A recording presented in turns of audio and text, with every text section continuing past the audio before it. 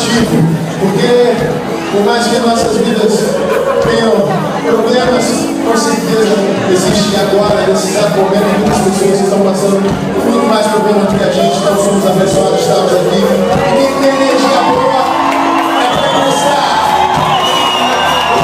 Eu tenho certeza que os espíritos do bem ficariam muito felizes se a gente levantasse a mão.